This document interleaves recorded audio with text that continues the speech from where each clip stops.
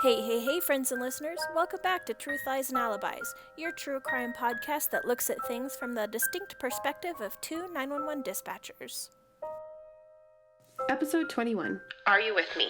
Today I tell Jess about the murder of Eric Richins in the book his grieving widow wrote after murdering him. Hi, Jess. Well, hello, Brittany. Long time no talk. I was gonna tell you today, as I'm preparing for our story, because I was running behind this week, I went to Facebook to look at my memories, and up pops this article from our local newspaper. Do you see the squirrel? Okay. Yeah, I see It says, "Oh nuts, squirrel causes brief power outage for 6,600 residents Tuesday." Remember I told you how we had those calls that one day? And it was literally a crispy squirrel. A squirrel. I just thought it was very funny because literally last time we recorded, we were talking about this story, and I was like, I knew I didn't make it up. I knew it actually happened.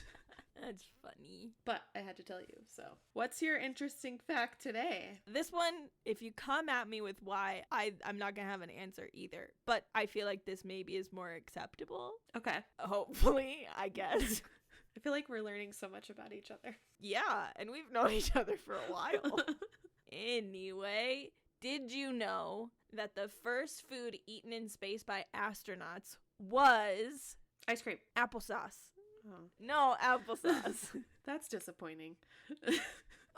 I don't like applesauce. I'm not gonna give any more facts.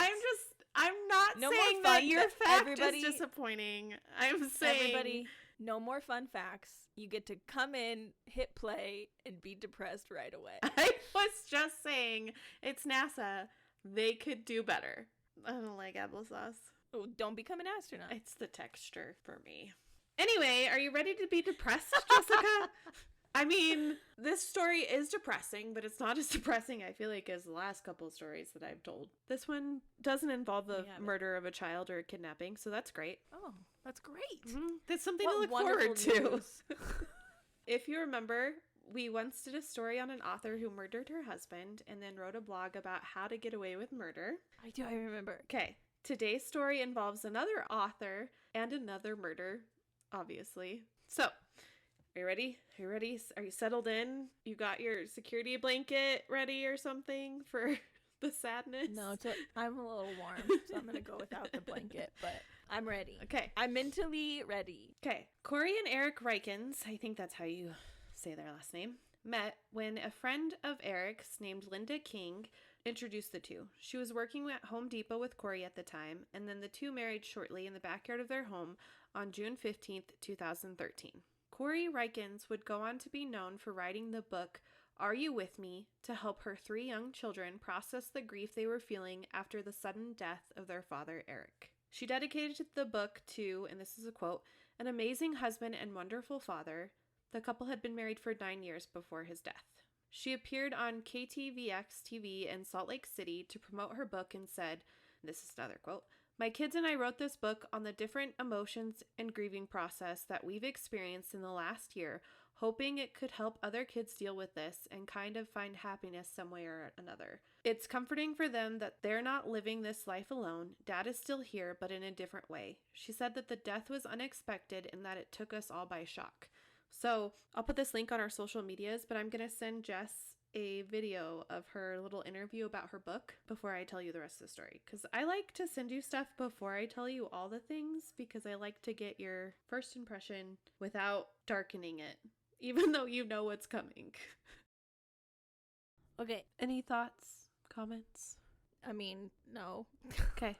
I mean, that's probably not what you want, right? But I didn't feel anything significant from it. No, she looks kind I of will normal, except she say- said, 8 million times. Well, I will say I am less critical on things like that since we've started recording a podcast, and I hear how often we say the same words over and over again while I'm editing and take some of them out. Yeah, I So say a I lot. I did notice that, but it was one of those things where like, and I was like, well, I say stuff all the time. So I can't really harp on that too much. Don't think I would have noticed, except I was doing research for this and then I started reading the comments and people were like, and she said, 42 times in this interview. And it was just like funny comments like that. I mean, so if I was coming at it from a completely unknown perspective, right? Like if I was flipping through the channels and I came across this, like it's a honorable idea, right? To like help your kids through grief and take what you've learned to help other kids through grief. But I also think that it's weird when I understand the outlet. Like people need an outlet for when they're going through things and people handle and deal with things differently. It's weird when that kind of takes a turn to them profiting off of it. Yes. That's always weird to me. Regardless of what it is, it's like you're profiting off of his death. You're also profiting off of your kids, which sits weird with me, but yeah. And not to mention, it hadn't even been it was just short of a year when this book was published, which seems a little quick to me to publish a book and go on TV and talk about it. And again, I guess it's how you handle things, but that's not necessarily how I would handle grief. Mm-mm. Like, not necessarily like, oh, let's write a book, but even her approach to it. Well, I mean, I get the whole writing a book thing. I just feel like, and we've said this before, we can't judge people by how they grieve because everybody grieves differently and all the things. Whatever you need. I just feel like for me, a year would be a little bit, like, where did you have the time? It's like a 42-page book. When you were taking care of your 3 kids by yourself and comforting them through their grief and you're grieving, when did you have time to write this book? Anyway, 3 months after the book is published, Kouri Richins was arrested for the murder of her husband, Eric. Dun, dun, dun. Bet you saw that coming on this podcast. What? According to court documents, on March 3rd, 2022, Kouri and Eric were celebrating the closing of a house that Kouri had sold. Kouri made Eric a Moscow Mule, that's how you say it, right? I've never had it before. Yep. Yeah. At around 9 p.m. and took it upstairs to Eric, who drank it in bed. That's what she would tell investigators. She then said around 3 a.m. she woke up because one of her sons was having a nightmare, and after settling her son down, she went back to bed and found Eric cold to the touch, so she called 911, which I didn't see anything about the 911 call yet. It might not have been released, I don't know, but when it does and I can find it, I'll definitely post a link or we'll talk about it maybe in an update or something.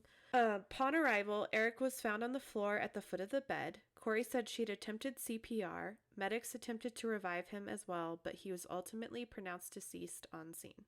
So, an autopsy and a toxicology report found that he had died from a fentanyl overdose. The ME said there was 5 times the legal limit in his system, and they also determined that the fentanyl was illicit fentanyl, not medical grade. Reports also alleged that Kouri never attempted CPR because the large amount of blood that came from his mouth. They could tell she hadn't done CPR because she didn't have any blood on her, and there was blood coming from his mouth. Well, it's also, things move. Yeah, I shouldn't say, we don't really do CPR with breaths anymore. Yeah, but when you're pushing on a chest and the blood's coming out. Moving things around, yeah. Yeah. Due to the suspicious circumstances, an investigation was launched. Kouri had told investigators that she had left her cell phone in the couple's bedroom and didn't take it to her son's room when he had a nightmare. However, they were able to determine that her phone was locked and unlocked multiple times through the night, including before and after and during her 911 call. Did they start this investigation right away? Like they found it suspicious immediately, or was this after? I would think that they would find it suspicious immediately, right? Because what kind of medical conditions have a 49-year-old dying with blood coming out of his mouth, really? But that's why you would do the autopsy, to see if it was like a heart issue they didn't know about, or an aneurysm, or something crazy that does happen. But through the autopsy, they determined that it could not have been a natural cause. Yeah, all that fentanyl will do that to you. Stay away from fentanyl, people. That's just crazy. Please don't touch it. Although I will say, when I was in labor with Emma, they use fentanyl, obviously in low doses and medical grade fentanyl in the hospital for pain. During sedation, they sometimes use it too. And they gave me fentanyl, a low dose, obviously, when I was in labor. And I fell asleep when they were giving me the epidural. That stuff is real good when you're hurting. So I can understand for somebody who's already predisposed to like addiction or something, I could understand how that feeling, clinging on to that. Yes, because people get addicted to it all the time. It's a very dangerous drug.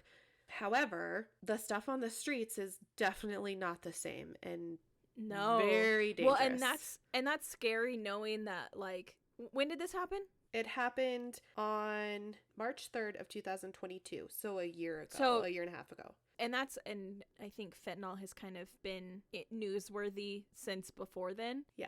As far as, like, how dangerous it is, and to know that this woman had street grade fentanyl in her house with children there, that's a whole different level of scary. Like, that, a single, depending on the dosage, obviously it can kill an adult male. Like, that stuff is scary stuff. And the fact that it was around in a house with 3 children, like, she's lucky that something didn't happen to her kids. It scares me as a mom. It really, really, like, the stuff they post on Facebook of pills looking like candy and it's fentanyl scares the shit out of me. The world we live in is a scary place, people.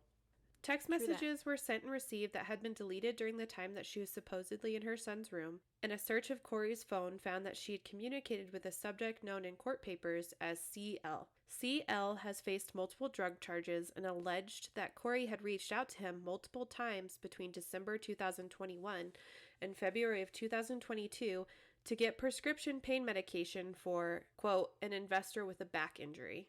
2 weeks after he delivered the pain pills, Kouri reached out asking for something stronger, even using the words some of that Michael Jackson stuff, which would be propofol, a drug used for sedation, and then specifically asked for fentanyl, which we've already discussed, but it's a very powerful opioid used for pain relief that is 50 times stronger than heroin and 100 times stronger than morphine.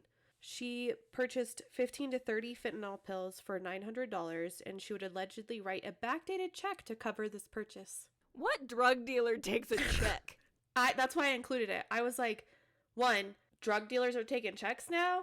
2, excuse me. What idiot is like, I'm going to kill my husband and I'm going to write a check for these pills that killed him so they can trace it easier.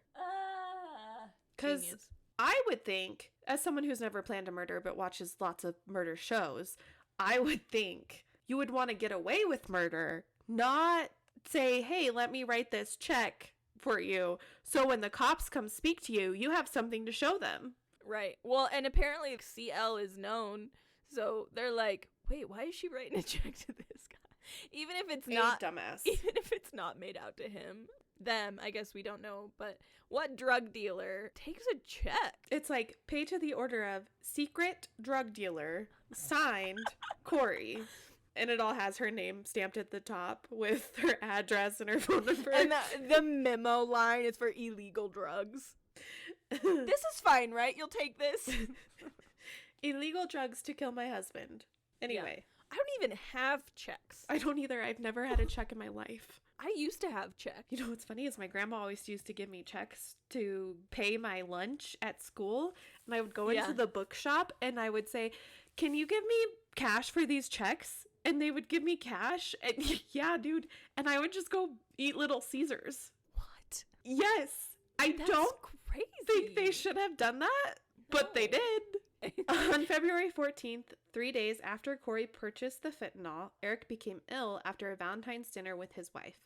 Kouri had brought Eric a sandwich, and after one bite, Eric had to use his son's EpiPen and take Benadryl because he felt like he was having an allergic reaction. He then passed out for several hours and would tell his friends and relatives that he thought his wife was trying to poison him.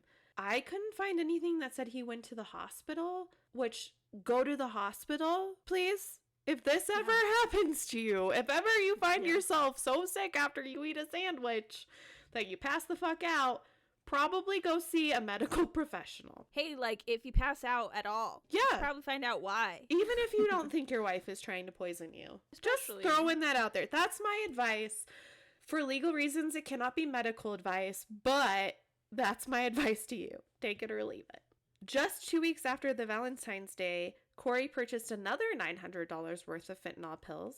Sia left the pills outside the house she was selling in Midway, Utah. Did she buy it with a check again? She definitely did. It was just 6 days after that Eric was found dead in his home. Yeah, she'd be writing checks to her drug dealer. Maybe we'll find out in court. After Kouri was arrested, friends and family spoke about the couple. One friend told reporters that he thought the couple had the perfect life together, which I think everybody says that. Everybody says, they were such a good couple. I never thought this could happen. They were so perfect. It's either one extreme or the other. People are like, oh, they were the perfect couple. Or everybody was like, we knew they had problems and like it was we awful saw this situation. Coming. Yeah, it's one or the other. Nobody's ever like, I could maybe tell something was off. Or it's like, she walked into the room and everybody just looked at her and she was wonderful and everyone felt so happy to be around her, and he was a weird dude. She just lit up the room. Yeah. And he kept dead cats. And every time we went over there, he wanted to show us his dead cat collection. He had a jar of teeth. The family spokesperson, Greg Skordas, told the media that everyone knew that he didn't do opioids, he didn't do drugs, he didn't abuse controlled substances at all. So nobody believed it from the beginning who knew him. Because I think she was trying to say she had no idea he had taken it and that he had done it himself. And she also would say her husband asked her to buy it for him. Yeah. Then why didn't he write the check? According to court documents, Valentine's Day wasn't the only failed attempt to murder Eric. Eric's sister would say that Kouri and Eric had gone to Greece, and after his wife gave him a drink, he became violently ill, after which he told his sister that he thought she had tried to kill him then too. Hey, stop accepting food and or drink from somebody you think has poisoned you twice. What does this remind you of? I don't know. It's another episode. The pizza murders. The couple who was married for like... Yes.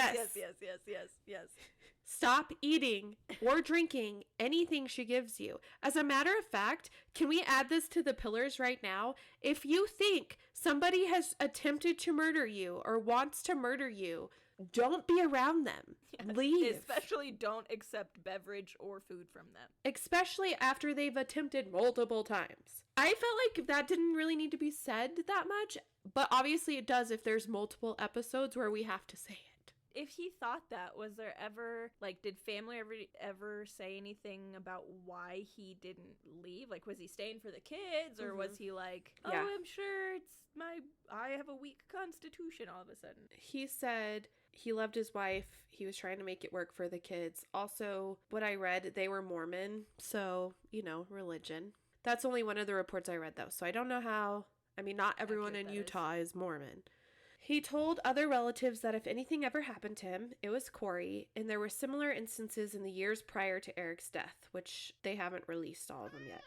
Fox 13 News asked Greg why Eric had stayed in the marriage when there had been multiple murder attempts. He responded with, I mean, I can give you 3 good reasons that he stuck around, and they're all under the age of 10. He lived for his kids. He would have done anything for those boys. And that's also a tough thing to, I can see it, his perspective, right? Being like, I know that this dangerous thing is happening, but you don't have proof. And so even if you were to separate and you knew that this woman was unsafe to be around, you can't prove it in court. No. And I'm sure she was probably gaslighting him and just being like, oh, you're crazy. You just got sick. Why would I ever do that to you? I love you. Yeah. Eric was super involved in his sons' lives. He was a soccer coach, baseball coach, and a basketball coach. He was described as a good father who cared a lot about people, especially his kids. At the time of his murder, he was looking into divorce and wanted to change his will and the beneficiary of his life insurance policy. The couple had been fighting over purchasing a $2 million home that Kouri wanted to flip and sell for $4 to $6 million, which I'm going to send you a link to this house because I don't understand what she was thinking, I guess, because it's literally gutted. Or maybe she gutted it since then. But I was looking through the pictures and I was like, how much money were you going to have to put into it in order to make that much money? Okay, it's titled The Daily Mail, which I'll put a link on our social medias. But it says, inside the $3.7 million home that author Kouri Richins killed her husband over. That's a huge house, though. It's huge. And I'm guessing she probably started, and look at that property. It's a nice property. It's a new house. And it's like gutted. Well, it's not gutted, it's new. I think that maybe it is new. Well, then how would they flip new. it? Oh, because it was unfinished. Yeah. Okay. This is a massive house. Okay, is where we live really that inflated that just a year ago this mansion was less than 4 million when there are houses here that are a quarter of this that are like 5 million? Yep. That little circle bit's cool. I mean, the house is nice. I would live there if I was rich. How many does it say how many rooms it was? So it says 8 bedrooms, 12 bathrooms, and enough space to sleep up to 60 people for family reunions. Oh, and there's like a detached area that has more rooms too. A 3,300 square foot guest home on the property with 4 bedrooms and 3 baths. Yeah, that's Jesus. She 2 million and she wanted to renovate it. Mm-hmm. He didn't want to pay the $2 million for the unfurnished 20,000 square foot mansion, according to court documents. The day after his death, Kouri signed the closing papers on the home by herself. She then invited all of her friends over to have a large party where she was seen drinking and celebrating. And according to court documents, Kouri assaulted one of Eric's sisters who showed up to confront her. The day after he died? The day after he died, she signed the closing costs.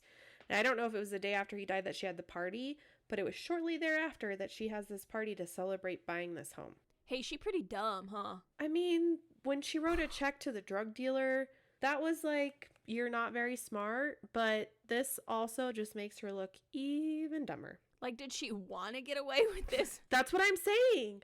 I don't think she did. I think she wanted to get caught.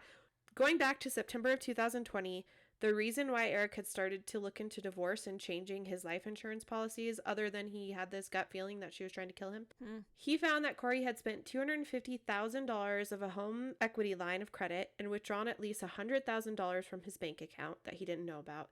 She had also charged $30,000. Notice that right away. Damn. It must be nice to have so much money you don't notice that right away. That's a different tax bracket, y'all. I will never be there. She had also charged $30,000 to his credit cards and had spent over $100,000 he had put away for his business taxes. Okay. I don't understand. Yeah. You don't understand how it would be to have that much money? Yeah, me either. No. No, I wasn't thinking anything about the money. I'm just like trying to figure out what she was thinking. And like your motive, and I'm sure like you might get to it eventually. So this might be a premature question, but like, what? Like, did she hate him? Did she want the money from the life insurance? Like, what was her motivation behind killing her husband? She just wanted to do whatever she wanted to do, and she didn't want to have somebody have to agree with it on her. Like, she wanted to buy the home. She wanted the money. Obviously, she just kept taking more and more money. She wanted his life insurance policies because the day before his death, Kouri talked to the lender and also had a conversation with the IRS, so she knew things were about to crumble. She apparently owed her husband more than $500,000. She also owed a moneylender $1.8 million and owed over $200,000 in taxes. A few days after his death, Kouri then broke into her husband's safe to get cash. She hired a locksmith to drill into the safe to get the $125,000 to $165,000 in cash. Kouri wasn't aware that Eric had changed his will already to make his sister the sole beneficiary of his $500,000 life insurance policy because of his fear that she might kill him. Kouri had actually purchased 4 life insurance policies for Eric without him knowing, totaling $2 million. You know how the other author had wrote like a thing about like how to murder and get away with it. This woman literally wrote the textbook on how to get caught for murdering your husband. How not to get away with murder. How to make all the stupid decisions so the police don't have to work that hard because you're making it incredibly obvious that you did it. How to give police evidence in the case against you for killing your husband. How to get arrested and put in prison for murder. Kouri went so far as to sue his sister in court, stating she was the one who had the rights to the insurance policy after the death. So add that to another list. Like, add that to the list of the stupid things she did that are like, oh, red flag on fire. How would that even, I'm not familiar enough with any sort of statutes and law and everything like that, but how would you sue somebody based on the fact that, like, no, that should be my money, when the person whose life insurance policy it was took you off of it and changed it? I don't know. That's a question for like Anna Nicole Smith or something. R.I.P. Because I think she sued, or his family sued her, or there was a long court battle. Kouri has been charged with first-degree aggravated murder, surprise, surprise, and 3 counts of second-degree possession of a controlled substance with the intent to distribute, because she had GHB and fentanyl in her possession in the home with her children, her young children. Kouri is in custody awaiting trial, and the only defense I can see her giving is that her husband asked her to get the medication, that he possibly tried to commit suicide. However, friends and family all say that he would never do that.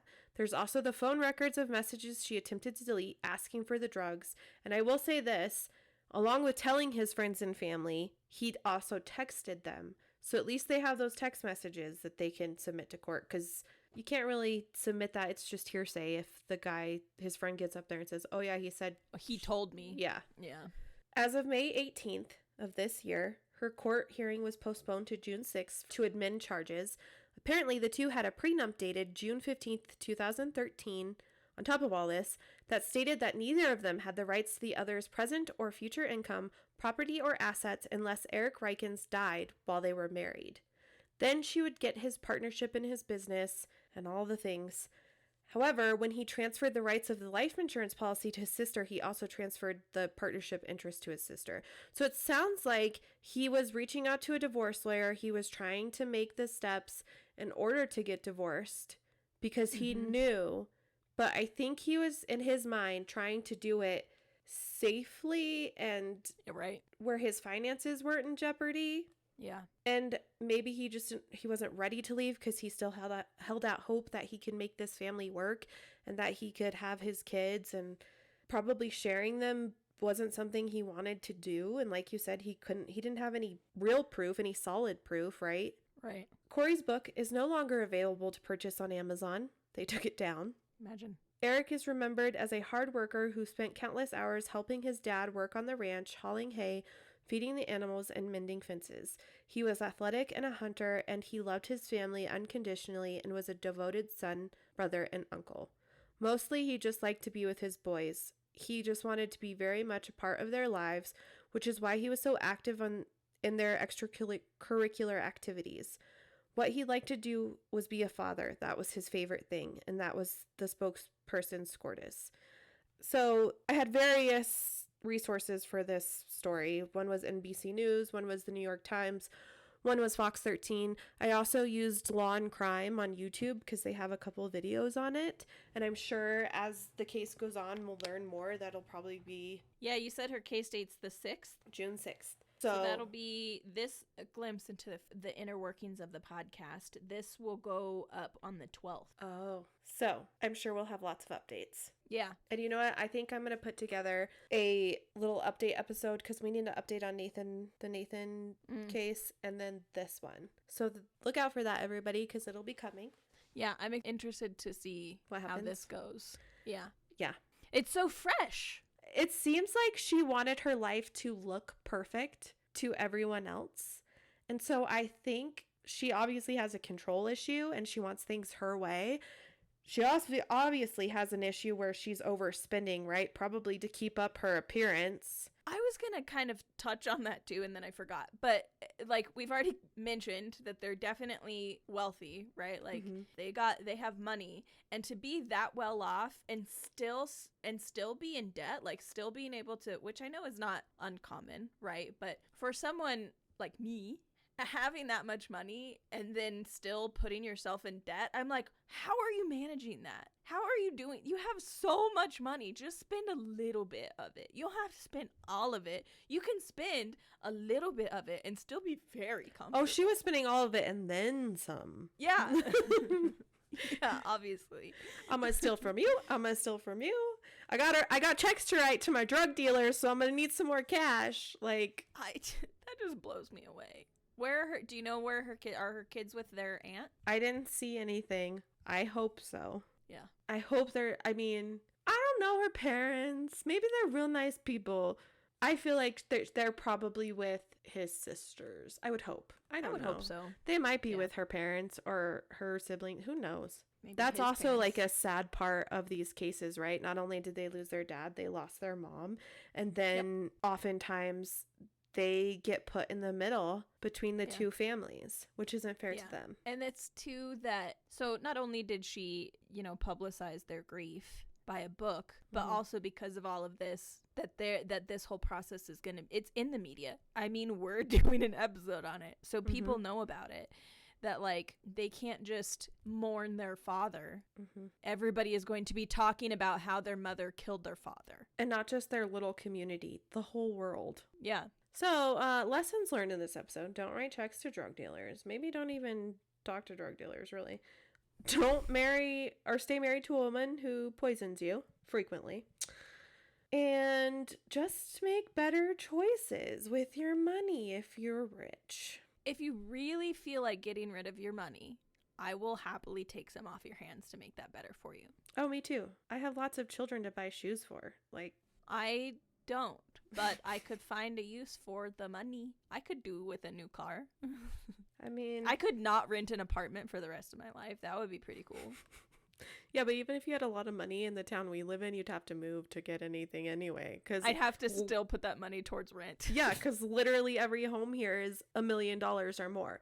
The lowest house I've seen recently when I was looking was like $600,000. Yeah, and that's 2-bedroom, 1 bath. And like the worst part of our town. Yeah. And then also something that I wanted to mention is June is Pride Month. Yay! Yay! So I will probably do at least 1 or 2 stories on, kind of like we did last year, on murders that happen. No, what is it? The LGBTQIA. Yeah, I was like, I always forget a letter. Community. One, because it's important to share, super important, and it's Pride Month, and it's something that's important to us. I was gonna say, and it's something that's important to us, so I just thought I would throw that out there. If you know of any cases that you want us to cover on that, send us an email, send us an Instagram message, whatever. I'd be more than happy to look into some things. I have one story picked out already. Also, if you want to be an astronaut, you better like applesauce. Yuck. Good thing I don't want to be an astronaut. Too old for that. I was going to say, you'd have to start pretty... It has to be I have like to go back in goal. time. What are you saying, Jess? I'm old as old can be? Yeah. If you ask my kids. As someone older than you. Oh, by like 2 seconds. I think you're like 2 months older than me. I'm fairly certain I'm at least a year older than you. Are you? Yeah. I was born in 89. January Okay, 89. that's true. I lied. Thank you. I just like hanging out with older people, obviously. It's because I'm so mature. Thank you for listening. Additional information for each case can be found on our website, truthliesandalibis.buzzsprout.com. New episodes will be uploaded every Monday. Find us on Facebook and Instagram at Truth Lies and Alibis.